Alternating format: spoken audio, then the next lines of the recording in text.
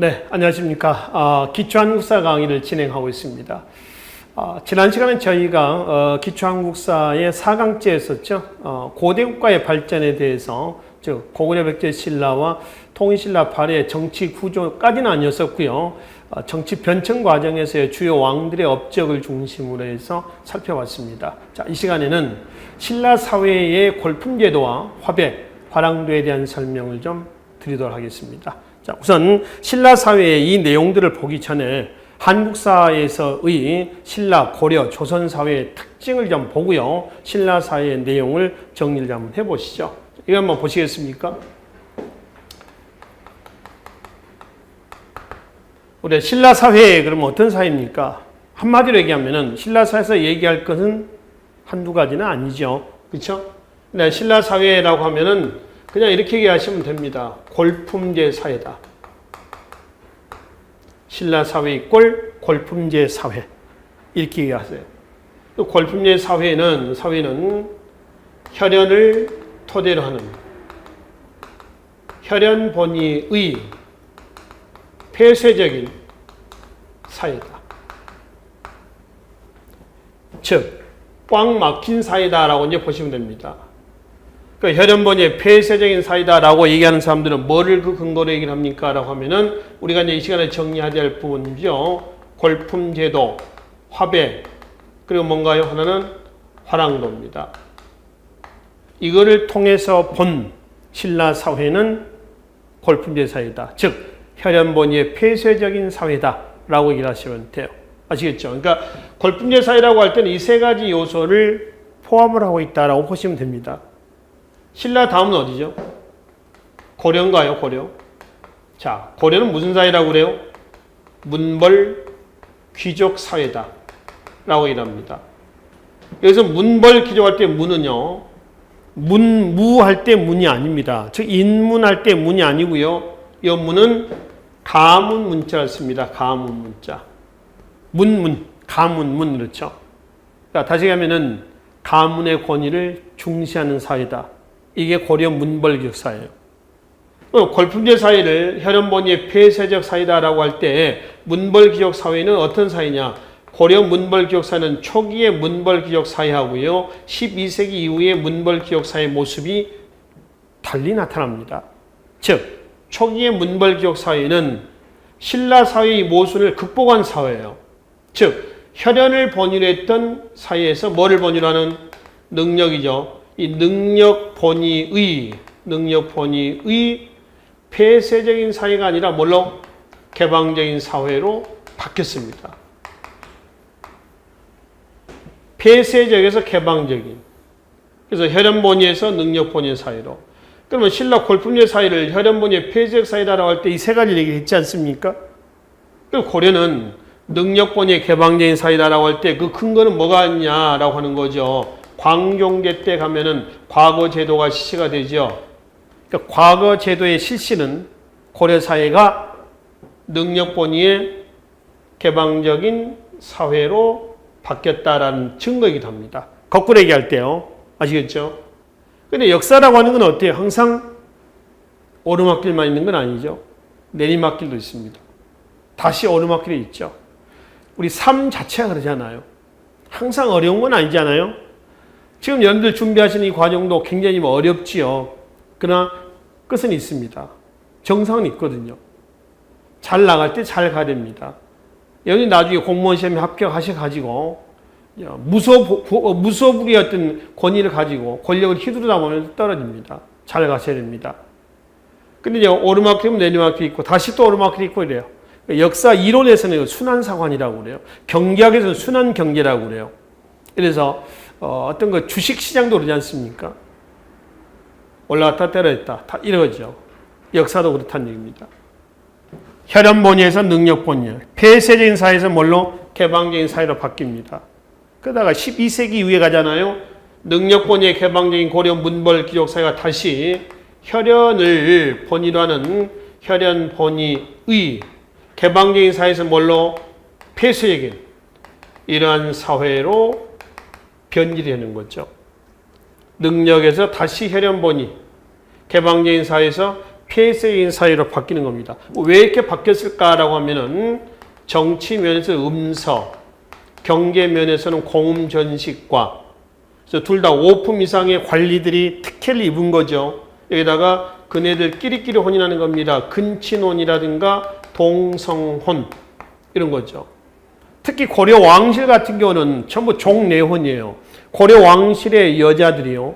타 성씨에게 시집을 못 갑니다. 혼인하는 걸 금지를 해요. 그러니까 고려 때 보면 사촌끼리도 혼인하고요. 오촌끼리도 혼인하고 막 이래요. 굉장히 많이 나옵니다. 그다음에 몽골 간섭 때, 원 간섭 때 가면은 충선왕 보기교서에 보면요. 이제 재상들하고 이제 권문세족들이죠. 결혼해라라고 하는 보기교서가 나오기도 합니다.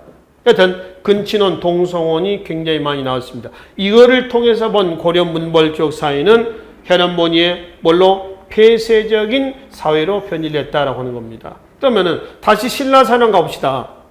혈연본의의 폐쇄적인 사회가 계속되다가 어떻게 했어요? 분열됐죠. 신라 삼국 통일 이후에 고려 직전에 어딘가요? 후삼국입니다. 후삼국으로 분열됐습니다. 이걸 극복하는 과정에서 고려 문벌 기록사회가 나온 거죠. 그래서 혈연본의의 폐쇄적 사회가 뭘로 했어요? 능력본의의 뭘로? 개방적인 사회로 바뀌었습니다.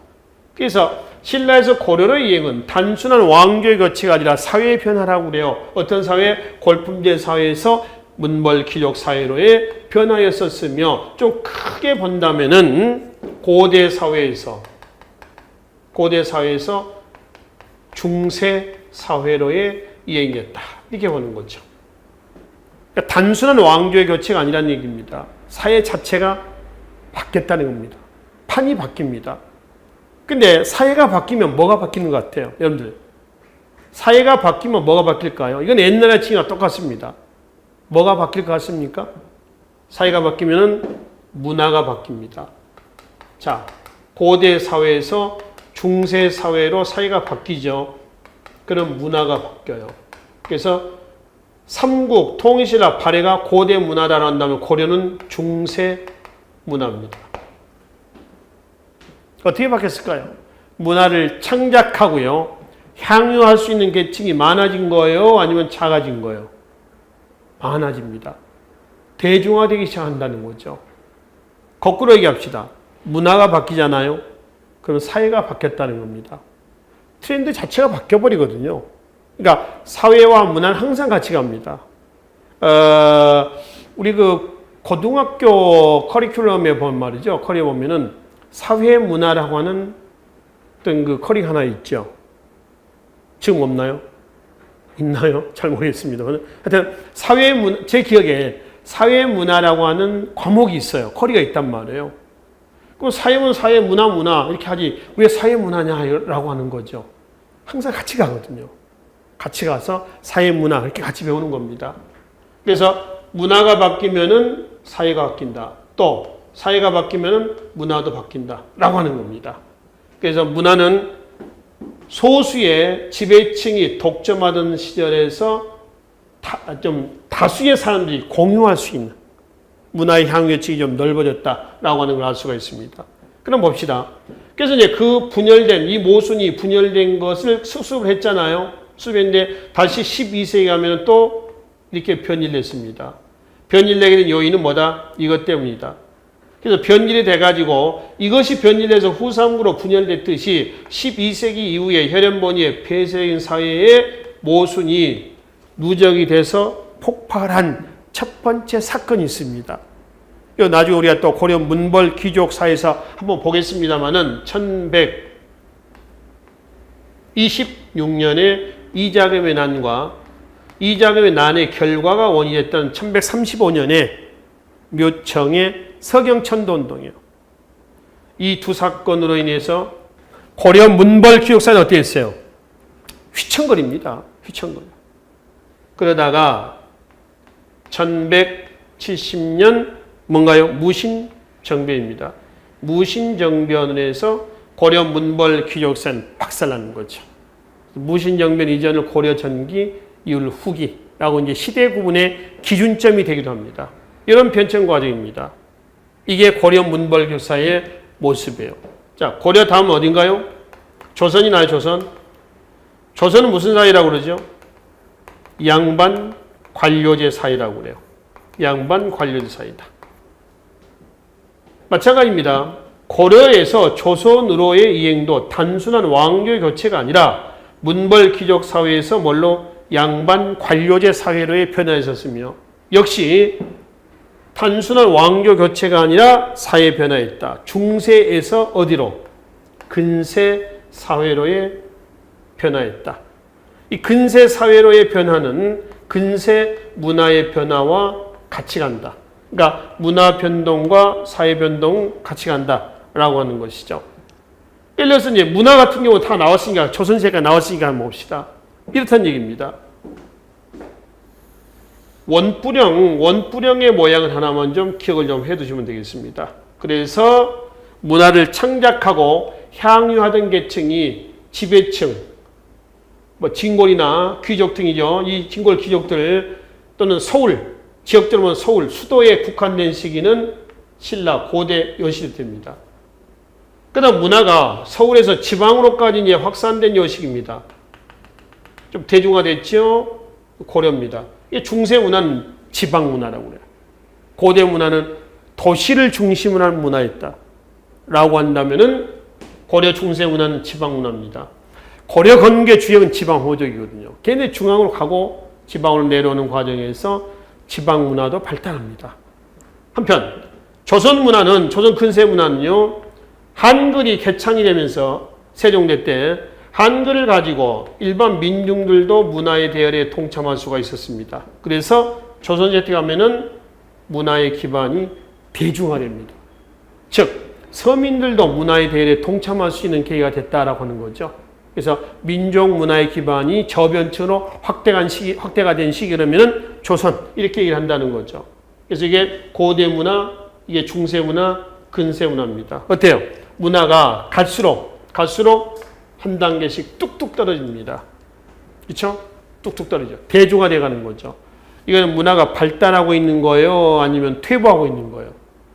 발달하고 있는 거죠. 그렇죠? 제대로 가고 있는 겁니다. 역사가. 마찬가지 사회도 그렇게 하면서 고대에서 한 단계 더 그레이드가 올라가죠. 업그레이드가 되는 거죠. 중세로. 중세에서 근세로. 근세에서 어디로? 근대로 넘어가는 겁니다. 이런 과정이에요. 그럼 여기서 이제 조선 양반 관료제 사회를 할 때 관료제 사회라는 얘기는 많이 들어보셨을 거예요. 현대 사회도 관료제 사회예요. 지금도. 그렇죠? 즉 능력을 중시하는 사회입니다. 그러면 조선의 관료제 사회 할 때 앞에 있는 수식어 양반은 뭘 양반이라냐? 한자로는 이렇게 씁니다. 양은 두 양자입니다. 두 양. 두 개의 반이다 그래서 양반인데요. 두 개의 반할 때 양은 뭐냐? 문반과 뭔가요? 무반을 얘기를 한다라고 하는 거죠. 즉 문신이나 무신이나 동시에 관료로서 행세할 수 있는 사회다.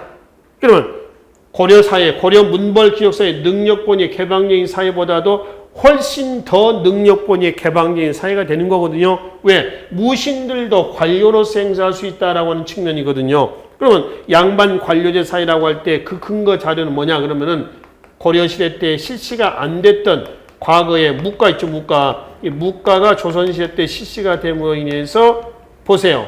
무신도 묵가를 통해서 관료로서 행사할 수 있다. 그래서 조선사회를 무슨 사회라고 그래요? 양반 관료제 사회다 라고 얘기를 한다는 거죠. 이해되시죠? 그래서 정리합니다. 신라, 고려, 조선의 이행은 각각 사회 왕조 교체가 아니라 사회 변화다. 어떤 사회냐? 골품제 사회에서 문벌기록 사회로, 문벌기록 사회에서 뭘로? 양반 관료제 사회로의 변화다. 사회가 바뀜으로 인해서 점차 능력본위의 사회죠. 그러니까 신분제적 관념이 서서히 약화가 되는 거예요. 사회가 바뀌니까 보시다시피 문화도 바뀌더라라고 하는 거죠.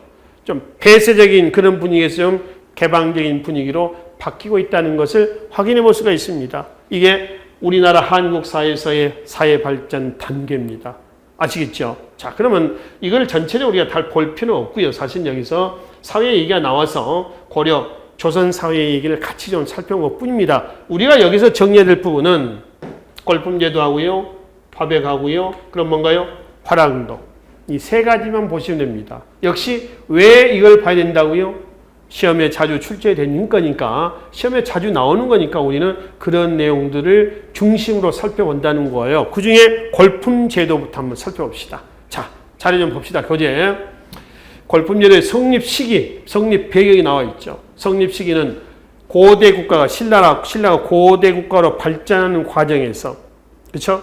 중앙 집권 국가로 발전하는 과정에서 옛날에 부족국가 시대 때 대족장, 중족장, 소족장들을 제도권 안으로 흡수 통합하는 과정에서 성립된 것이 골품 제도였다. 그럼 신라가 중앙 집권 국가로 발전하는 시기다라면은 4세기 내문왕대 때라고 그랬죠. 우리가 바로 앞 강의에서 말씀을 드렸습니다. 신라 4세기 내문왕대 때 삼국과의 관계에서 보면 가장 늦게 고대 국가가 성립됐다고 그랬죠. 4세기 내문왕대 때. 배경은 고대국가 이전의 지방 족장들을 강화된 왕권에 흡수하는 과정에서 성립이 했다. 그 언제 완성이 됐느냐? 모든 건요, 법에 의해서 마침표가 지켜집니다. 그 신라의 법은 언제 때 발표됐냐? 공표됐냐는 얘기죠. 6세기 법흥왕대 때에 공표가 됩니다. 신라 금성문 중에서요, 대표적인 금성문 좀 보겠습니다. 금성문이라고 하는 것은 쇠나 돌에다가 새겨진 글자들을 묶어서 그냥 통칭해서 금성문 이렇게 하는 거죠. 울진, 봉평, 신라피. 그 다음에 또 뭐가 있냐면은 백률사, 경주에 있는 절입니다. 절터만 남아 있어요. 백률사, 석당. 돌로 만들어진 당은 기둥당자입니다. 기둥당, 석당. 그 다음에 한강 점령과 관련해 가지고 보면은 한강 상류를 점령했다라고 하는 단양 적성피, 그리고 한강 하류까지 점령했다라고 하는 북한산 순수피. 그렇죠. 신라 금성문 중에서 울진 봉평 신라비는 경상북도 울진입니다. 울진 대게가 많이 나오나요? 맛있죠. 이 울진 봉평 신라비 박물관이 있어요. 이 박물관을 지나면 바로 바닷가입니다. 그 바닷가 바로 옆에 포구가 있습니다. 그러면 대게들이 굉장히 많습니다. 물론 동해안에 다 대게가 많습니다만 특히 이쪽에 오면 또 거기 바로 옆에 있어요. 여기는 울진 봉평 신라비를 비롯해서 나머지 금성문들, 광개토항비, 중원고구려비, 여타 일련의 금성문들이 많이 보관이 되어 있습니다. 물론 다 가짜입니다. 그리고 진짜는 이거 하나만. 이걸 중심으로 해서 여러 가지 금성문들 모조품을 만들어 온 거죠. 한 번씩 가볼 필요가 있는 곳이에요. 혹시 울진 부근에 사신 분들은 머리 식히실 겸해서라도 일부라도 한번 갔다 오시면은 여러 가지 금성문들을 보실 수가 있을 겁니다. 꼭 한번 구경해 보시고, 항상 문화유적지 답사를 갔다 오시면은 우리 홈페이지에 자랑질 좀 해 주십시오.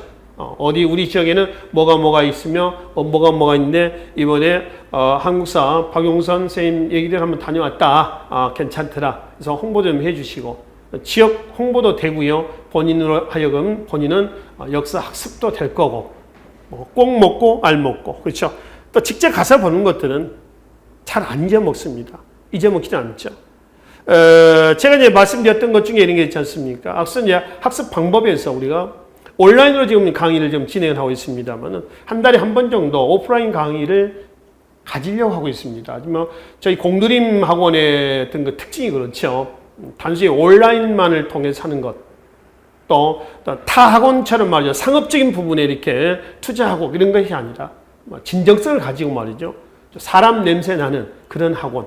이게 공두림이 꿈꾸는 어떤 그 마인드 같습니다. 그게 좋아서 이제 저는 공두에서 강의를 하게 됐고요. 그래서 이제 한국사에 관련된 부분에서는 국립중앙박물관이 어디 있나요? 용산에 있죠. 용산에 있는 국립중앙박물관을 오프라인에서 여러분들 한번 만나서 제가 한번 모시고 가서 구석기 시대부터 해서 현대사 대한제국까지 유물들이 쭉 전시가 되어 있습니다. 그래서 제가 이제 오프라인 쪽에서 강의를 하면서 여건이 되면은 두 달에 한 번 정도씩 해가지고 학생들을 데리고 갑니다. 가서 하루 종일 개관부터 해서 오전에 이제 뭐 구석기실에서 삼국시대까지, 오후에는 뭐 통일신라에서 대한제국까지 해서 아침 한 9시 반에 시작해서 오후 한 5시 정도까지 해서 견학을 하거든요. 우리 국사교과서에 나와 있는 유물들이 거의 90% 거기 전 진열이 되어 있어요. 그래서 백문이 불여일견이라고 그러지 않습니까? 직접 가서 보고 이건 이거구나. 또 보고 강의실에 와서 또는 여러분들 댁에 가셔서 또는 독서실이나 도서관에 가서 공부를 하시다 보면 이게 이거였구나. 금방 매치가 됩니다. 그래서 한국사는 암기 과목이 아니라 역사는 흐름이다 라고 하는 거죠. 애우실 필요가 없거든요. 이해하는 과목이에요. 굳이 애우려고 말이죠. 팍팍 쓰고 할 필요가 없다라고 하는 겁니다. 그래서 나중에 한번 용산국립중앙박물관에 가서 제가 안내를 좀 하고 유물 설명도 좀 하고요. 여러분들 이제 따라다니면서 이건 이거구나 라고 해서 깨우치는 시간 한번 갖도록 하겠습니다. 자, 그래서 울진 봉평신라합의도 마찬가지예요. 울진 박물관이 있어요. 뭐 우리가 앞 시간에 말씀드렸던 충주 고구려 박물관이라든가 중원 고구려비 박물관이 하는 거죠. 이런 것들 얘기한단 말입니다. 그래서 울진 봉평신라합의는 뭐의 특징을 가지고 있냐면은 신라의 율령이요, 법흥왕대 율령반포의 근거 금성문입니다. 권장을 만 60대를 쳐라라고 하는 그런 기록들이 있어서 이미 법이 만들어졌다라고 하는 것을 확인해 볼 수가 있다는 거죠. 백률사 석당입니다. 이게 없어진 절입니다만 이 백률사 석당을 이렇게 얘기를 합니다. 2차돈 순교비라고 그래요. 바로 앞에 법흥왕의 업적에 보면은 법흥왕의 불교 공인 과정에서 순교비가 하나 있어요. 앞쪽에 보시면. 거기에 육각면으로 되어 있는데 한 면에 보면은 2차돈의 순교 모습이 담겨 있습니다. 목을 쳤는데 하얀 피가 솟구쳤다. 그리고 머리는 바로 밑에 내딩굴에 있는 그런 모습이 백률사 석당에 들어가 있습니다. 그러니까 이거는 불교 공인과 관련된 금성문이에요. 단양적 성민을 말씀드렸죠. 한강 상류. 이거는 한강 하류를 점령했다는 증거. 북한산 수수비는 용산 국립중앙박물관에 보관이 되어 있습니다. 원본이 거기 있어요. 그래서 신라 금성문에서 특징적인 것은 이렇게 좀 살펴보시면 되겠습니다. 자, 다시 이제 골품제도 넘어오겠습니다. 그래서 신라 골품제의 성립은 고대과 성립기 때, 4세기 누구? 내무랑대 때. 완성은 언제 때? 6세기 법흥왕대. 왜? 율령이 반포가 됨으로 인해서. 그러면 골품제도는 언제 때 없어집니까? 하면은 후삼국시대 때 골품제도는 없어집니다. 그리고 골품제도에 대체할 것이 신라하대 모순을 극복하기 위해서 성장했던 신라하대 때 개혁 세력들, 육두품의 유교 사상이에요. 그 유교 이념이 구현된 사회가 고려, 중세 사회가 되는 겁니다. 그래서 이제 성립, 그리고 완성, 그리고 붕괴, 골품제도의 성립과 완성과 붕괴까지의 시기를 우리가 살펴볼 수가 있습니다. 자, 그럼 골품제도는 옛날 부족과 시대 대족장들은 육두품, 중족장은 오두품, 소족장은 사두품 이런 식으로 해서 지방족장들을 제도권 안으로 끌어들이는 과정에서 만들어진 것이 골품제도였다라고 하는 겁니다. 크게 골품제도는 그래서 골제와 골, 성골과 진골이 있습니다. 그 다음에 두품제로 나눠져 있다. 두품제, 품. 그래서 골품입니다. 그래서 이제 육두품. 육두의 별칭을 등난이라고 그러죠. 그 등난의 한자를 한번 보세요. 이거는 최천이 성주사 낭해화상 비문에서 스스로 자기 자신들을 육두품들을 등난이라고 했습니다. 등난을 직역하면요, 어렵다 이렇게 해석합니다. 어렵다. 그럼 뭐가 어렵냐라고 하는 거죠. 아무나 육두품이 되는 것은 아니다. 육간 등 아찬 이상 승진하지 못해서 등난이다, 어렵다 이게 아니고요. 육두품으로서의 자존심이 들어가 있는 얘기예요. 누가 한 얘기라고요? 최천입니다. 신라하대 때 4명의 선종 승리의 비문을 써놓은 비석이 있어요. 그걸 사산 비명이라고 그래요. 그 사산 비명 중에서 성주산, 충남 보령 쪽인가요, 성주산이? 성주상 낭해화상 비가 있습니다. 거기에 보면은 등난이라는 얘기가 나온다라고 하는 겁니다. 자, 예전에 어떤 학생이 이렇게 했더니 그 학생이 뭐 장난으로 얘기했겠죠. 뭐 아주 이물원 학생들이 있었습니다. 오프라인 강의에서. 등난이라는 얘기가 송주사 낭해화상 비문에 나옵니다 했더니 선생님 그걸 보셨습니까? 이렇게 이제 질문하더라고요. 그래서 이걸 뭐 이렇게 때리지도 못하고 말이죠. 보진 않았는데 기록은 그렇게 나와 있다. 이렇게 얘기를 했죠. 그래서 수업이 끝났단 말이에요. 끝나고 나서 자꾸 그게 걸리는 거예요. 시가면 무슨 얘기를 하는데 네가 봤냐? 뭐 이런 식이 아닙니까? 따지던 이런 거 아니에요. 그래서 송주사 낭해화상 비문에 그 해석에는 탁본해가지고 해석에는 그 금성문집이 있어요. 그 금성문집을 제가 해독을 못하죠. 독해를 못합니다. 짧은 이런 내용들은 이제 뭐 한자 해석을 해가면서 이제 볼 수가 있습니다만 그 낭해화상 비 전체를 어떻게 제가 읽습니까? 해독을 합니까? 못한단 말이에요. 그래서 그 낭해화상 비문을 탁본해놓은 비문을 사진 찍어놓은 거, 탁본하고 사진 찍어놓은 거를 일일이 다 찾아봤어요. 다 찾아봤는데 이 글자를 찾기 위해서입니다. 등난이라고 하는 글자. 이렇게 되어 있죠. 어렵다 해서 등난. 이렇게 되어 있습니다. 이 두 글자만 찾으면 될 거 아니에요. 그래서 해석하는 관계없이 계속 찾아내갔습니다. 발견했습니다. 그래서 그 부분을 제가 카피를 했어요. 복사를 해가지고 다음 시간에 가서 학생들에게, 그 학생한테 줬습니다. 했다. 표시를 해가지고. 그래서 얘는 생각을 하고 의도적으로 질문한 건 아니고요. 그냥 이제 어떤 게, 그 순간순간에 그 상황이 나왔을 때 질문했던 거죠. 까먹었던 거지. 뭐냐고 그래요. 너 등난이다. 이렇게 얘기했죠. 그런 적도 한번 있습니다. 가끔, 튀는 그런 학생들도 있는 것 같아요. 보면은. 그래서 등난이라고 한 얘기는 성주사 낭해화상 비문에 나와 있는 걸로 육두품에 자존심이 들어가 있는 용어다. 이렇게 이제 보시면 되겠습니다. 등난. 대족장 출신들이고요. 오도품이 있죠. 오도품은 중족장 출신들을 오도품으로 줍니다. 사두품은 소족장 출신들을 사두품으로 준다는 거죠. 그리고 이제 밑에는 3, 2, 1 두품이 있습니다.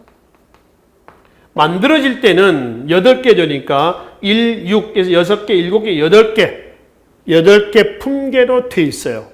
근데 통일 이후에는, 삼국통일 이후에는 3, 2, 1두품이 있죠.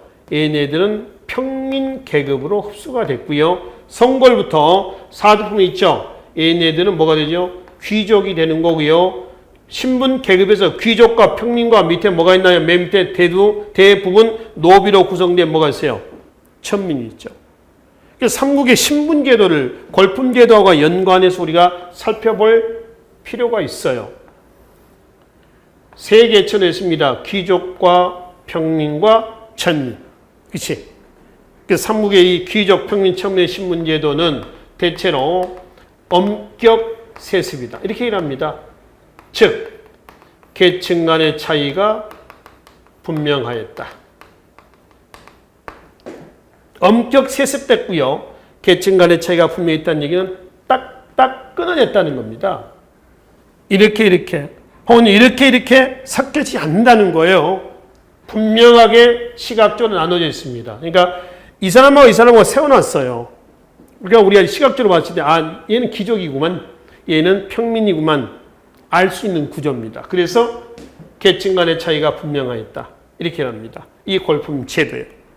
근데 이 골품 제도는 또 뭐와 밀접한 관련을 가지냐면 신라의 관등과 밀접한 관련을 가지고 있습니다. 신라의 관등은 몇 개 관등입니까? 그러면 17개 관등입니다. 대한민국의 관등은 몇 개 관등이에요? 여러분들 잘 모르겠습니까? 9개 구관등제죠. 여러분들은 무슨 시험 준비하시나요? 공무원 시험 준비하시죠? 지금 고시 준비하시는 건 아니죠. 고시 합격하면은 5급 공무원이 됩니다. 바로 5급 공무원. 뭐 어떤 그 팀장 정도 되죠. 5급 공무원입니다. 팀장이 7급인가요? 사무관인가요? 5급이 그죠? 사무관. 하여튼 5급이고요. 고시. 여러분들이 준비하시는 분은 거의 7급 아니죠. 물론 7급 준비하시는 분도 계십니다. 9급 공무원 준비하시죠. 작년까지는 우체국에서 우체국 그 앞에 우리가 편지를 보내거나 소포를 붙일 때 가면은 그 데스크에서 일을 보는 사무원들 있죠. 10급 계리직이었습니다. 이게 재작년까지요. 작년에 9급 체제로 바뀌었어요. 그러니까 대한민국의 공무원 직제는요. 9급, 1급 공무원에서 장관급에서 9급 공무원까지 나눠져 있어요. 그러니까 지금 9급, 9개 등급입니다. 신라는 17개, 백제는 16개, 고구려는 뭐 10여 관등이라고 그래요. 10여 관등. 고려나 조선은 문무 18관등으로 되어 있죠. 그래서 신라의 골품제도는 신라의 관등과 밀접한 관련을 가지고 있다. 그래서 옆에 표를 한번 보시면 됩니다.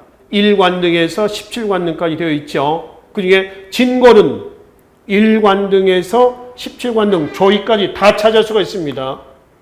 크게 1에서 5, 6에서 9, 10, 11, 그리고 12에서 17 이렇게 되어 있죠.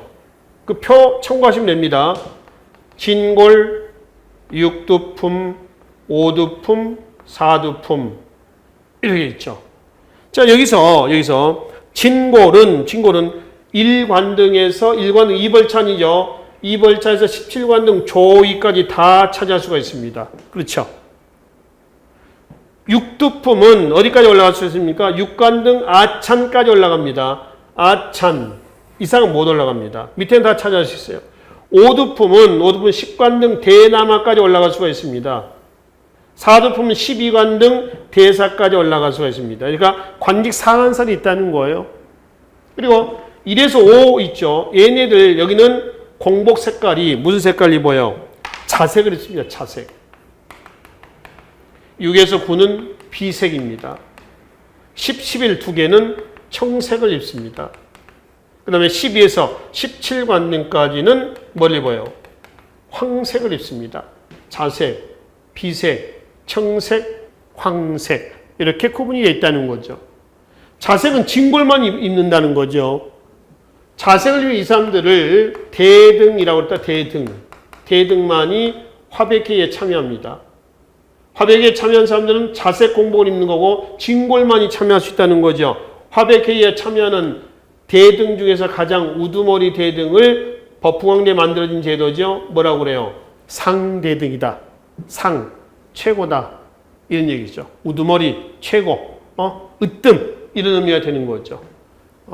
남자 중에 남자 그럼 뭐요? 상남자. 여자는 상여자라는 얘기는 잘 안 쓰죠. 그죠? 남자는 상남자 그러지 않습니까? 그 상, 최고의 의미를 가지고 있습니다. 그렇죠? 그래서 1에서 17까지 다 차지할 수 있는 진골. 6두품은 6관등에서 17, 5두품은 10에서 17, 4두품은 12에서 17까지만 참여한다는 겁니다. 그래서 문제가 되겠습니다.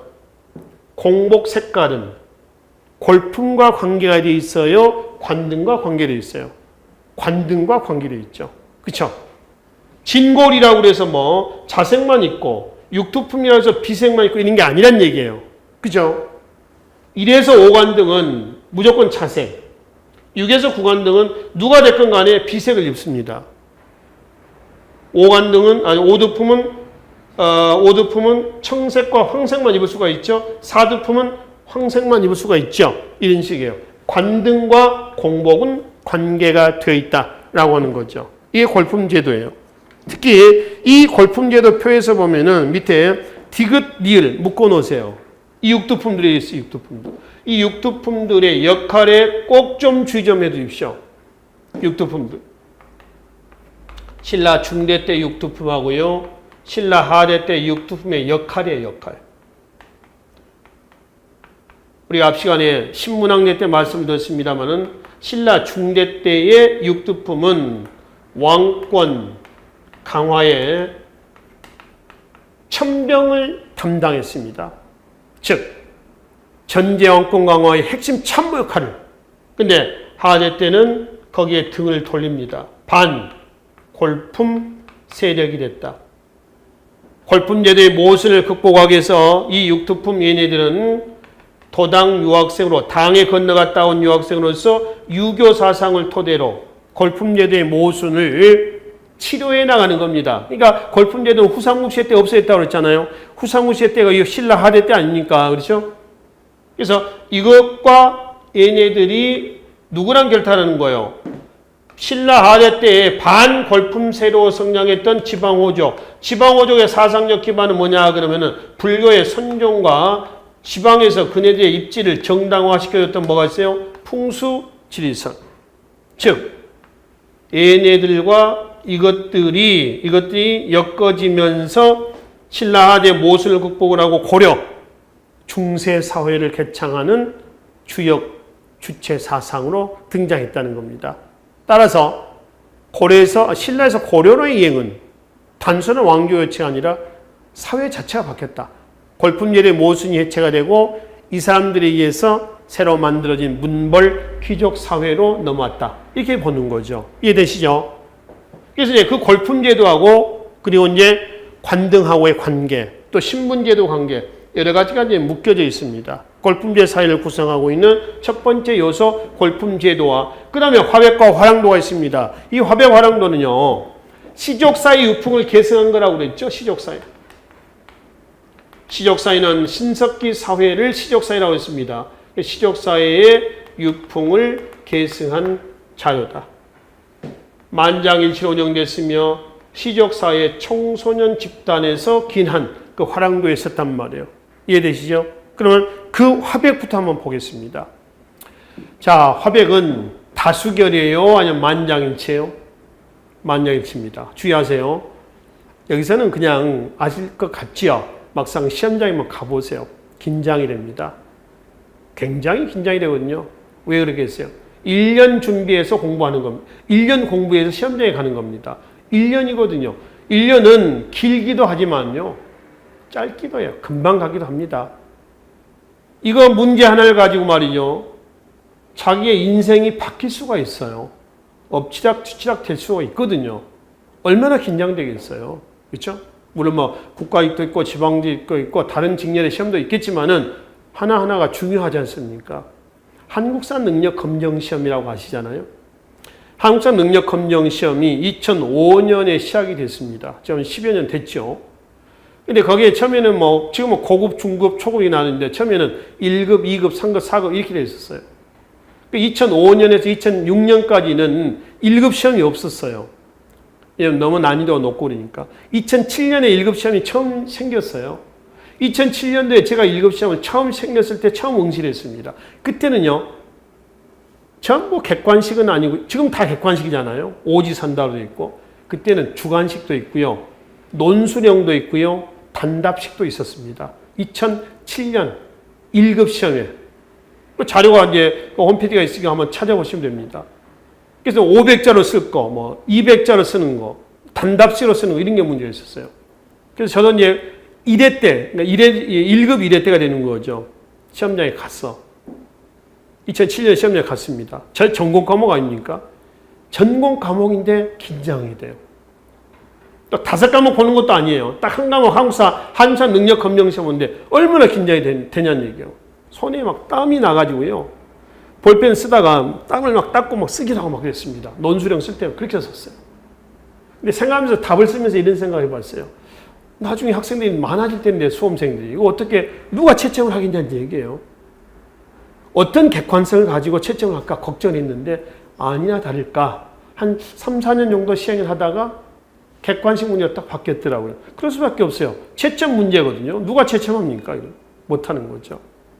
그러듯이 긴장이 됐는데 지금이야 만장일치다 화백이 아니면 다수결이다. 그걸 누가 모릅니까? 만장일치 아닙니까? 라고 하지만 실제 막상 시험장에 한번 가서 그런 문장이 나오면 이거 맞나? 이거 틀릴까? 상당히 헷갈리거든요. 그래서 처음에 한번 제대로 입력을 시켜놓으면 변함이 없습니다. 제대로 그래서 공부를 하시라는 거예요. 제대로 시작할 때. 아시겠죠? 만장일치로 운영됐었으면 지금 화백을 하고 있습니다. 그리고 화백회의는 시족사의 유풍을 개선한 것이다. 그렇죠? 그리고 화백회의에 참여하는 사람들은 누구였다? 아까 이거 봐요. 1관 등에서 5관 등까지 진골만이 자색을 입은 사람만이 화백회의에 참여하고 화백회의 장소는 신라 경주 궁궐을 중심으로 해서 4군데입니다. 동서 남북. 아주 신성한 곳이다. 그래서 뭐라고 그래요? 사영지라고 일합니다. 4곳의 신성한 곳이라고 하는 거죠. 그 1에서 5관등까지 얘는 대등이라고 그러고요. 대등 중에서 가장 우두머리는 상대등이다라고 일한다는 겁니다. 백제에 정사함이 있죠. 이 화백하고 정사함 같은 거죠. 고구려 제가회의도 같은 거고요. 정사함회의는 6명의 좌평, 그러니까 요즘에 이제 보면은 뭐 고려나 조선의 2호 예병영공 그렇죠? 요즘에 뭐 국방부, 뭐 교육부, 뭐 외교부 이런 장관들이 이제 참여하지 않습니까? 그래서 이 6명의 좌평이 참여한다. 내신, 내두, 위사, 조종, 병관 좌평에서 6명의 좌평이 참여하는데 그 중에 내신 좌평이 상좌평이 됩니다. 상좌평. 상이상입니다. 아시겠죠? 이러듯이 상좌평이 상대등이 우두머리가 됐고 상대등 제도는 6세기 법흥왕대 때 만들어졌다라고 되어 있습니다. 그리고 화백의 기능이 있죠. 박스점 쳐놓으세요. 꼭 기억을 해주세요. 화백의 기능은 각 집단의 부적을 막고 단결을 강화했으며 두 번째 귀족 세력과 왕권 사이의 권력을 조절하는 기능을 했다. 기억면 왜 이럴까요? 만장일치로 운영이 되다 보니까 이렇다라고 하는 겁니다. 아시겠죠? 그리고 세 번째 보시면은 왕이 계승할 왕이 없으면은 왕을 추대하기도 합니다. 화백기에서. 또 왕이 잘못한 왕을 끌어내기도 해요. 거기 나와 있는 진지왕은 화백기에서 왕이 된 사람이고요. 화백기에서 왕에서 물러난 사람이에요. 그 다음에 진지왕 누구냐면 진흥왕 다음에 진지왕이에요. 그 다음에 진평왕 나오거든요. 그리고 여기 나와 있는 무열왕 김춘추, 원성왕, 신라 하대 때 원성왕입니다. 독서 삼풍과를 실시했던. 그래서 무열왕과 원성왕은 화백회의에서 왕위에 만장일치로 추대가 됐던 사람. 뭐 이렇게 보시면 되겠죠. 그래서 화백의 기능은 꼭 기억을 좀 해 두시라는 얘기입니다. 만장일치 운영됐었던. 그 다음에 세 번째 화랑도를 한번 보십시다. 화랑도. 화랑도도 역시 시족 사회에 청소년 집단에서 기인했습니다. 원래는 여자 중심의 단체, 즉 원화라고 그랬죠. 원화. 이것도 진흥왕대 때에 시족사회 청소년 단체를 원화라고 바꿨습니다. 이거를 다시 남자 중심의 전사 단체로 바꾼 것이 역시 진흥왕대 때죠. 뭔가요? 화랑도입니다. 화랑도의 조직을 한번 보세요. 조직은 맨 위에 팀장이 누구예요? 풍월주. 그 다음에 누군가요? 화랑. 그 다음에 누군가요? 낭도입니다. 이게 화랑도의 조직입니다. 자, 풍월주. 팀장, 화랑. 이건 이제, 화랑은 이제 어떤 그 중간 매니저 정도로 이해하시면 됩니다. 그 다음에 낭도가 있죠, 낭도. 이게 많을 때는 1000명이 됐다고 그래요. 1000명. 풍월자고 화랑은 귀족 자제들로 되어 있고요. 귀족 자제들. 그리고 여기는 육두품 이하부터 누구? 평민, 자제들로 구성이 되어 있습니다. 보세요. 화랑도라고는 한 팀 안에 서로 다른 신분들이 이 팀 안에 들어갔습니다. 그래서 화랑도의 기능에 밑줄 긋어 놓으실래요? 계층 간의 대립과 갈등을 조절, 완화하는 구시했다. 밑줄 그어놔요. 이 문장하고요. 위에 화백의 기능에 보면은 니은 귀족 세력과 왕권 사이의 권력을 조절하는 기능을 하였다라고 하는 얘기가 있습니다. 그거하고 혼동하지 마세요. 아시겠죠? 화백과 화랑도에서 기출문제를 보면 이게 항상 같이 섞여져 나옵니다. 화백 얘기할 때 화랑도의 기능이 나오고요. 거꾸로 화랑도의 기능을 얘기할 때 화백의 기능이 나와요. 다음 주 맞는 것은, 다음 주 화백에 관한 설명에서 틀린 것은 이렇게 해서 출제가 되는 단골 문장입니다. 아까 말씀드렸던 대로 삼국의 신문제도는 엄격 세습됐으며 계층 간의 차이가 분명하였다라고 돼 있죠. 그럼 서로 다른 신분, 평민들은 이 안에 사실 들어가면 안 돼요. 그렇죠? 서로 다른 신분인데. 근데 평민들까지 들어감으로 인해서 계층 간의 갈등, 대립, 완화시키는 역할도 담당하였다. 이게 화백의, 즉 화랑도의 기능에 해당이 되어 있습니다.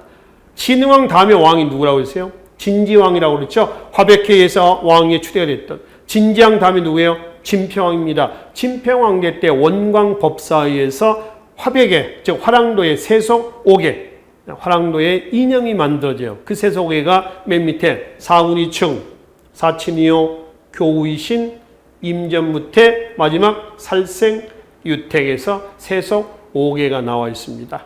화랑도의 이념이 되는 거죠. 정신 이념이 된다라고 하는 겁니다. 그래서 화백과 화랑도는 시족사의 유풍을 계승한 신라 골품제 사회의 구성 요소, 그리고 골품제도 함께 묶어서 신라 사회를 무슨 사회를 한다? 골품제 사이란다 라고 얘기를 하는 겁니다. 그래서 골품제도에 관련된 문제들도 자주 출제되는 내용이기도 합니다. 마지막 장에 2017년도 지방직에서 연거푸 나왔던 시험인데요. 2017년 12월 지방직은 추가로 본 거고요. 2017년 6월달 지방직은 상례, 일상적으로 정기적으로 보는 시험이 되겠습니다. 문제 1번은 진골, 귀족에 대한 얘기입니다. 김춘추, 무연왕 아닙니까?